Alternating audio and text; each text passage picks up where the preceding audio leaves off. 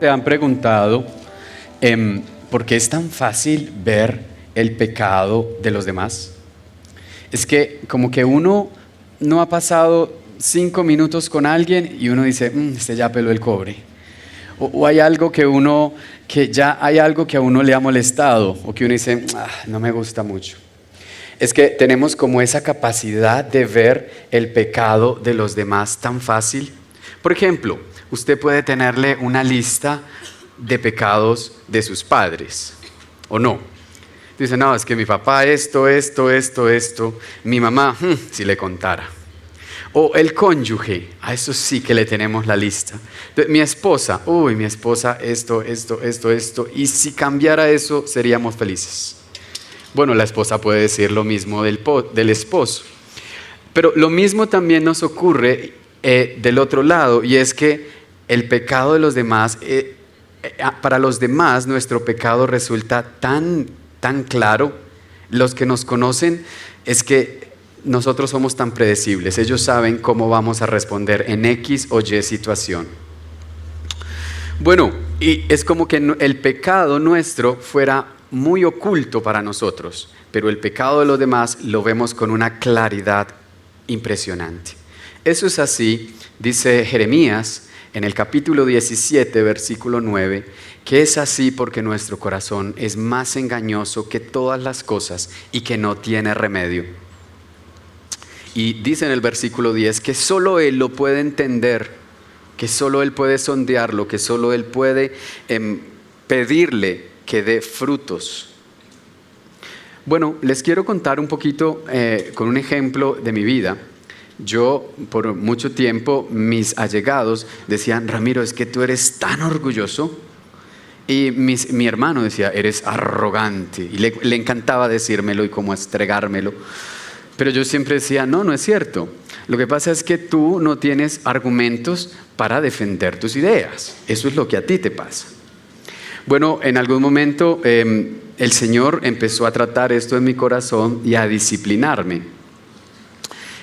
Con sufrimiento pude ver que verdaderamente tenía un corazón muy orgulloso. Y que es verdad cuando ellos decían que yo estaba a la defensiva, que yo estaba siempre con una actitud hipercrítica frente a todas las cosas, nada me gusta, las cosas pudieran ser mejor o como que yo lo haría mejor. El Señor me muestra, sí, ellos tienen razón, tú eres un orgulloso. Entonces yo salí corriendo como muy feliz a contarles, sí, es verdad, ustedes tenían razón. ¿Cómo no lo podía ver? Muchas gracias. Y pude ver en ellos como la decepción, por un lado. Bueno, estaban felices también, pero por el otro lado era como, hey, descubriste que el agua moja.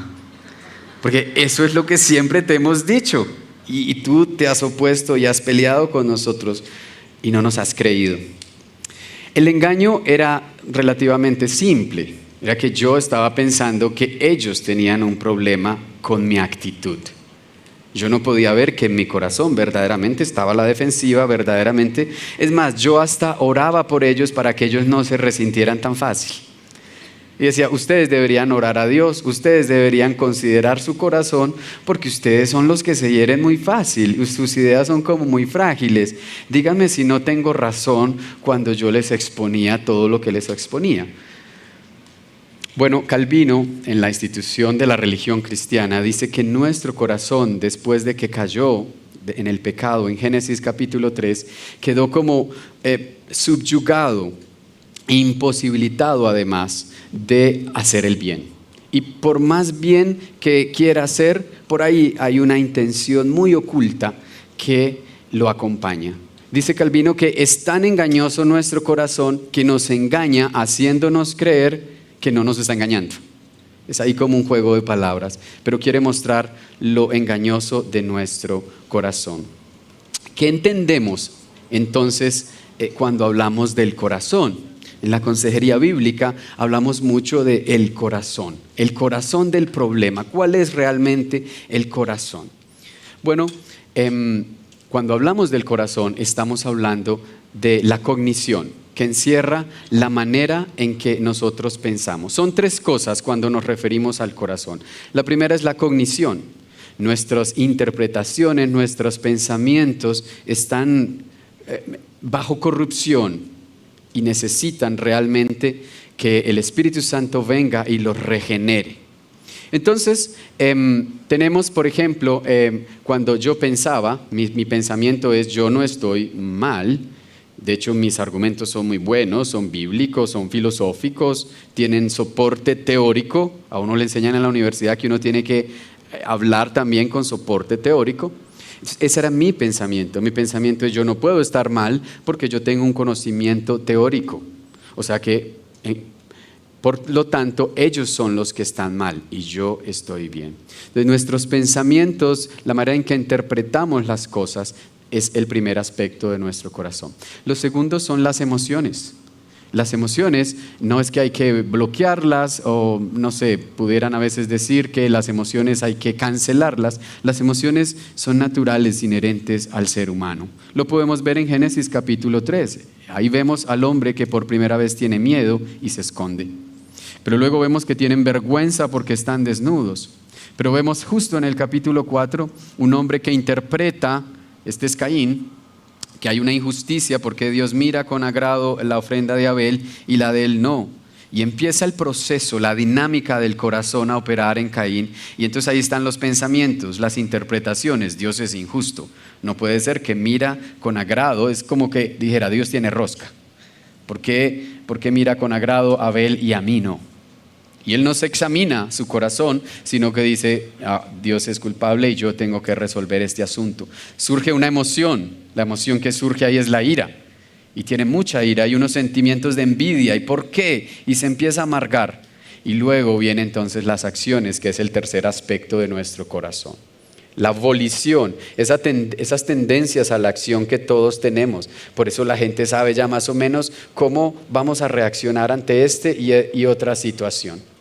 Caín, en el ejemplo que estamos tratando, pasa por estas interpretaciones, estos pensamientos, trama además matarlo, tanto trama que el Señor viene y le dice: el pecado está ahí a la puerta, pero tú puedes dominarlo. Él trama todo esto en sus pensamientos, sus interpretaciones, y esto se va retroalimentando las tres cosas, y esa ira que le empieza a dar por dentro, esa amargura. El texto dice que Dios le pregunta: ¿por qué estás cabizbajo, como amargado, como aburrido? Y esto empieza a aumentarse, y aquí viene el tema de las acciones. Él lo mata. Y así funciona nuestro corazón. Y es importante que podamos entender esta dinámica en estos tres aspectos. Porque a veces las personas dicen: yo sé lo que debo hacer. Yo sé que lo correcto es que yo no mire algunas páginas web. Yo sé que lo correcto es que yo no hable con ciertas personas porque ejercen una influencia muy difícil para yo vivir mi vida cristiana. Yo lo sé, pero ¿qué hago si es que no soy capaz? Cuando quiero ver estas páginas, parece que algo me domina. Cuando esa persona me escribe ese mensaje, yo me siento completamente incapacitado, incapacitada de no responder. Me han dicho en la consejería: es como si me atrapara, como si me dominara. Y esto es interesante porque suelo decirle a estas personas: vamos a indagar entonces cómo es la dinámica de tu corazón, porque la dinámica del corazón nos muestra esas contradicciones. Con mi mente yo quiero servir al Señor, dice el apóstol Pablo en el capítulo 7 de Romanos. Yo quiero con todo mi cuerpo servir al Señor, pero con mis actos hago otra cosa. Y creo que el cristianismo de hoy estamos bastante desafiados a ser coherentes con lo que piensas, con lo que sientes y con los pasos que das. Entonces, en este asunto del corazón va a ser muy importante considerar aquí el tema de la obediencia. Y hay que doblegar el corazón, hay que someterlo, hay que obligarlo a que obedezca, a que camine en otra dirección. A veces el pecado viene por cómo sientes, tus pasiones por dentro. Y tú tienes buenos pensamientos, pero unas emociones terribles respecto a Dios, que Dios es malo, que Dios es injusto. Y tú puedes tener pensamientos buenos respecto a Dios, pero tienes unas acciones completamente perversas. Y es así como entender esta dinámica es tan importante para nosotros hoy. Pero ¿qué hacemos entonces con este corazón? Sin remedio, dice Jeremías 17:9. Es engañoso más que todas las cosas y sin remedio. Y pareciera que no hay esperanza, pero la noticia es que sí hay esperanza para este corazón. El texto dice que solo el Señor puede sondearlo, que es como entrar en lo profundo de él, que solo el Señor puede dominarlo. Es decir, Dios no se deja engañar por nuestro corazón. Por eso es que Él no mira los actos. Si bien son importantes, cuando están en coherencia con lo que pensamos y sentimos, le honran a Él. Pero Él mira realmente las intenciones de nuestro corazón. Tú puedes mostrar lo que sea, tú puedes mostrar, como nos han enseñado esta mañana, mucha piedad, pero solo el Señor sabe la profundidad en tu corazón, qué es lo que hay allí. Entonces, lo primero que podemos hacer o que necesitamos hacer con este corazón, por eso esta charla o este bloque es que tenemos que cambiar. El corazón es lo que tenemos que cambiar en esta primera charla. ¿Y por qué lo tenemos que cambiar? Porque es lo más engañoso que tenemos. Tanto, dice Calvino, como ya lo mencioné, que él nos hace pensar que no nos engaña. Entonces, ¿qué hacemos? Muy bien, entonces lo que tenemos que hacer con este corazón es someterlo a Dios. ¿Por qué? Porque Él dice que Él es el único que puede lidiar con él. No intentes lidiar con tu corazón sin la palabra, sin el Espíritu. ¿Y qué es someterlo? Bueno, someterlo es que tú puedes alimentar este corazón de piedad. Gálatas capítulo 5, Colosenses capítulo 3 dice que nuestra carne, nuestro corazón tiene que abandonar unas cosas y alimentarla de otras. Dice: abandonen la ira, abandonen el enojo, abandonen el resentimiento, la lujuria, las peleas, abandonen la amargura, abandonen la queja, abandonen las bajas pasiones. Esto lo abandonan. Entonces, someterlo es alimentarlo del opuesto a esto. Porque Gálatas capítulo 5, 22 dice que este corazón del otro lado podemos alimentarlo de bondad, de pasión, de fidelidad, de mansedumbre, de fe, de dominio propio, de amor. Entonces, lo que hay que hacer es este corazón dejar de alimentarlo de esto. Fíjese y piense honestamente que muchas veces usted ha alimentado malos pensamientos. Muchas veces usted y yo hemos como incubado emociones no piadosas, de resentimiento, de falta de perdón. Fíjese que nosotros hemos tomado decisiones que no son nada piadosas y hemos alimentado el corazón, y el corazón como que se empieza a engrosar, se empieza a engordar de impiedad. John Owen dice en su libro Mortificación del pecado que si tú no lo matas a él, el pecado sí te mata a ti. Lo segundo que hacemos entonces es, que tiene que ver con someter el corazón, es reconocer que estamos en una guerra. Y en una guerra hay que estar vigilante, hay que estar atento, porque creo que estamos muy descuidados en las pantallas, estamos durmiendo hasta tan tarde, estamos muy relajados y el corazón está haciendo su trabajo. En una guerra no hay tregua, no hay tiempo para uno quedarse descansando, hay que estar vigilante. Jesús en la oración de Getsemaní dice eso: estén velando, estén atentos, velando y orando, porque si bien el espíritu está dispuesto, la carne es muy débil. De manera que las decisiones que tú tomes basado en que estás en una guerra van a determinar mucho el transcurso de tu vida cristiana. Las decisiones de quedarte en cama, las decisiones de no congregarte, de no leer la palabra, de no someter esos resentimientos, esas amarguras del alma, esos deseos y pasiones, te van a hacer mucho daño. Jesús en Mateo capítulo 4 lo vemos venciendo todos estos aspectos del corazón para que nosotros hoy que confiemos en Él podamos vencerlo. Fíjese que Él se niega a pensar como Satanás le propone. Pues Satanás le dice: si tú fueras el Hijo de Dios. Y Él dice: no, yo no voy a determinarme por esto.